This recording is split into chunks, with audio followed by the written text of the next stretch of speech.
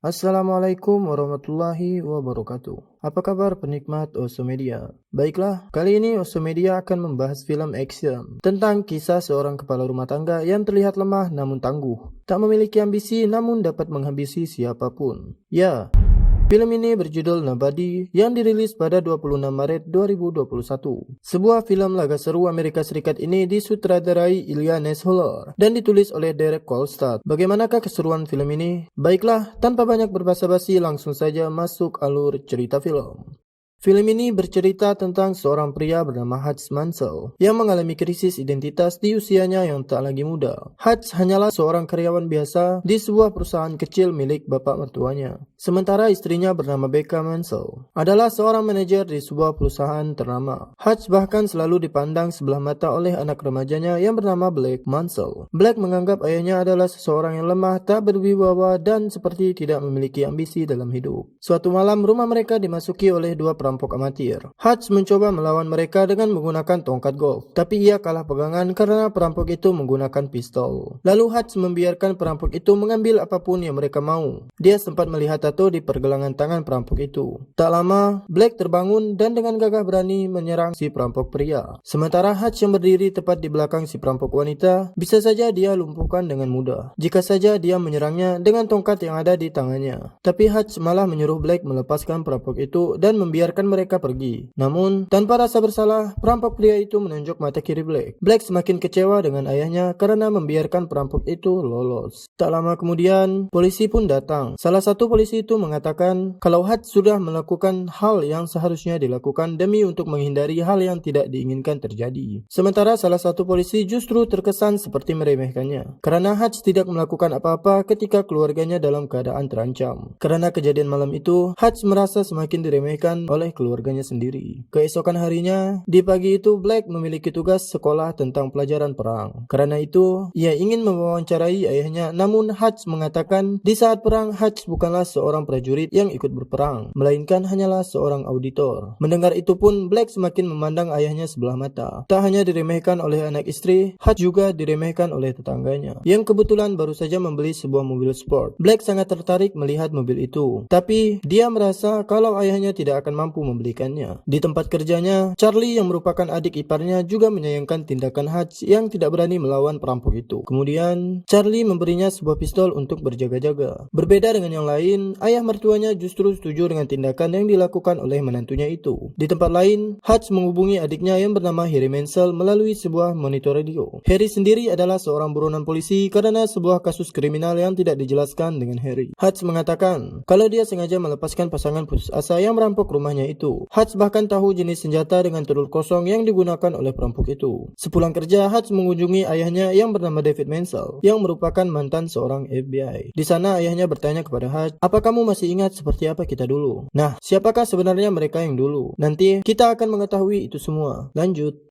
Saat Hutch pulang, putrinya mengeluh karena kehilangan gelang kucing miliknya yang dia taruh di tumpukan uang receh yang dicuri oleh perampok waktu itu. Hutch kemudian memutuskan pergi dari rumah dan menuju ke tempat sang ayah untuk mengambil pistol milik ayahnya itu. Kemudian Hutch mengatakan kepada ayahnya bahwa ia ingin melakukan sesuatu. Lalu ayahnya mengatakan, "Maka lakukanlah." Kemudian Hutch pergi mencari keberadaan si perampok untuk menemukan gelang kucing milik putri kesayangannya. Melalui petunjuk dari tato si perampok yang sempat ia lihat, Hutch mendatangi semua tempat pembuatan tato. Setelah cukup lama mencari, dia berhasil menemukannya dengan menggunakan lencana FBI milik ayahnya. Dia meminta informasi alamat pasangan perampok yang ia cari. Namun si pemilik tempat tersebut tidak percaya kalau Hutch adalah seorang anggota FBI. Lalu Hutch mencoba menyogok mereka dengan sejumlah uang. Setelah melihat tato kartu yang ada di pergelangan tangan Hutch, entah kenapa pemilik tempat itu terlihat ketakutan dan langsung menuju keluar sambil mengucapkan terima kasih atas jasamu. Lalu mereka akhirnya memberikan alamat yang Hutch cari. Tanpa menunggu lama, Hutch datang ke rumah dan menyerang si perampok pria. Kekasih dari pria tersebut pun panik. Lalu pria itu mengatakan kalau dia tidak tahu menahu tentang gelang kucing yang dimaksud oleh Hutch. Di rumah itu, Hutch melihat bayi si perampok yang sedang sakit. Ternyata pasangan itu merampok demi biaya pengobatan bayinya. Lalu Hutch keluar dari rumah itu dalam keadaan marah sekaligus malu. Kemudian ia pulang naik bus. Tak lama di bus itu, naik beberapa orang preman yang mencoba melecehkan seorang penumpang wanita. Hutch yang merasa frustasi memutuskan untuk menolong wanita itu dan menghadapi para preman itu dengan tangan kosong. Awalnya ia diremehkan oleh preman tersebut, sampai akhirnya Hutch mengeluarkan skillnya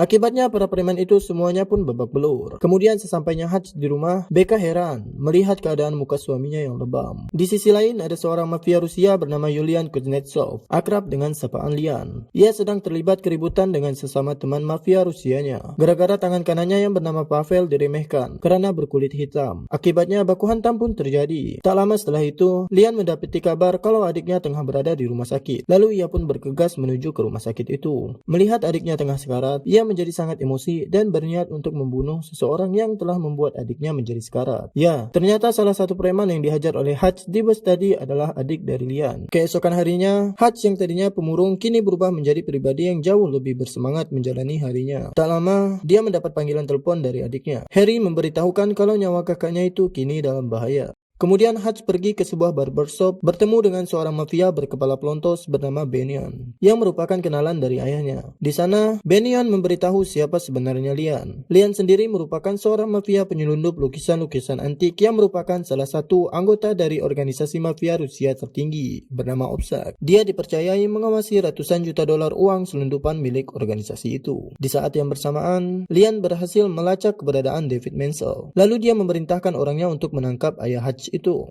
Pada malam harinya saat ingin makan, rumah Hutch diserang oleh Pavel dan orang-orangnya. Lalu Hutch menyembunyikan anak istrinya di ruang bawah tanah. Ia mengatakan, jangan hubungi polisi. Sementara itu, dia menghadapi serangan dari orang-orang Lian yang bersenjata dengan menggunakan tongkat baseball. Lalu plak dipukulnya lah. Dan juga dengan menggunakan pisau dapur, ia berhasil melumpuhkan sebagian dari mereka. Namun pada akhirnya, dia berhasil ditangkap dan dibawa oleh Pavel. Di dalam bagasi mobil itu, Hutch menemukan gas pemadam kebakaran. Lalu ia pun menyemprotkan gas itu ke dalam mobil itu. Akibatnya, mobil itu mengalami kecelakaan hingga terbalik dan Hutch berhasil selamat. Tapi Pavel dan dua rekannya tewas di tempat. Lalu dia segera bergegas untuk kembali ke rumahnya.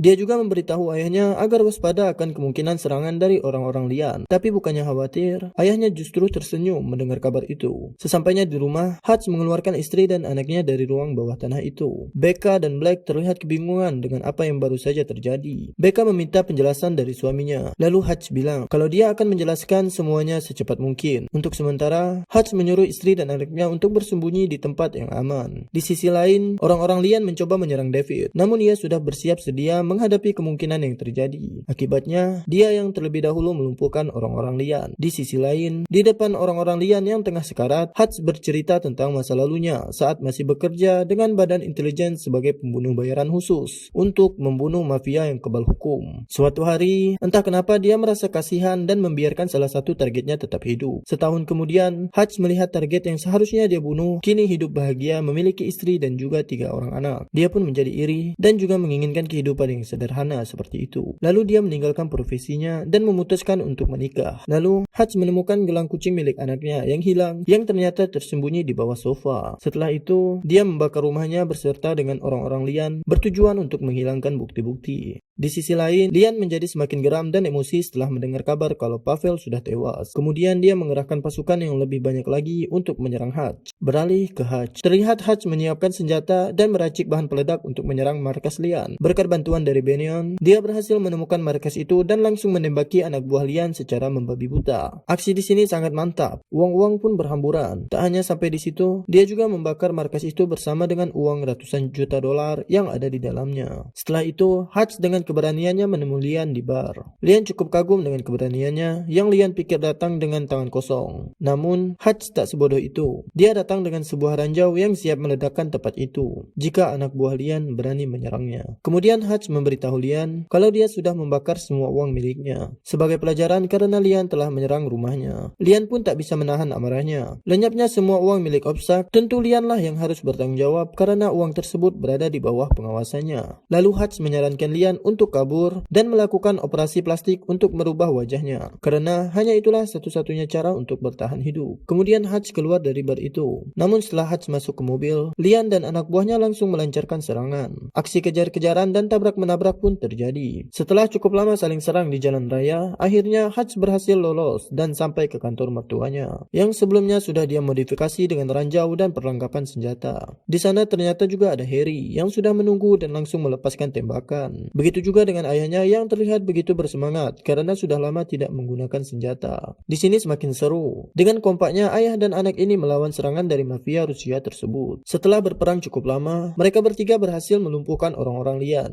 Dan kini hanya tinggal Lian seorang diri bersama dengan senapan yang ada di tangannya. Bukannya menyerah, Lian justru semakin bersemangat melakukan perlawanan. Dan Lian terus mencoba menembakkan senapannya ke arah Hutch. Lalu Hutch keluar dari persembunyiannya dan secara sigap melempar peledak ke arah Lian. Akibatnya, Lian pun tewas. Beruntung mereka bertiga selamat dari serangan. Hutch sangat berterima kasih kepada ayah dan adiknya. Berpindah. Di dalam ruangan terlihat dua orang detektif yang sedang menginterogasi Hutch. Tak lama kemudian, kedua detektif itu pun menerima panggilan, yang kemungkinan itu adalah telepon dari atasan mereka. Karena hanya dengan panggilan tersebut, ia terbebas dari hukuman. Dan di penghujung film, terlihat Hutch dan istrinya sedang melihat rumah yang baru. Tak lama, seseorang menelponnya, tak dijelaskan siapa yang menelpon, tapi dari raut wajahnya, dia terlihat khawatir. Lalu Hutch bertanya ke penjual rumah tersebut, apakah rumah yang ingin dibeli ini memiliki ruang bawah tanah? Dan film pun berakhir. Tentu saja film Nobody ini sangat menarik untuk ditonton. Selain mengajarkan kita untuk rendah hati agar tidak sombong dengan masa lalu, film ini juga menyuguhkan keseruan di setiap aksinya. Begitulah penikmat Osomedia. Sekian pembahasan film kali ini. Terima kasih sebab telah menonton video ini sampai habis. Sampai ketemu di pembahasan film selanjutnya. Jika suka dengan konten ini, silahkan like, comment, subscribe, dan aktifkan loncengnya sebagai pengingat saat Osomedia meluncurkan konten terbaru. Wabillahi taufiq wal hidayah. Wassalamualaikum warahmatullahi wabarakatuh.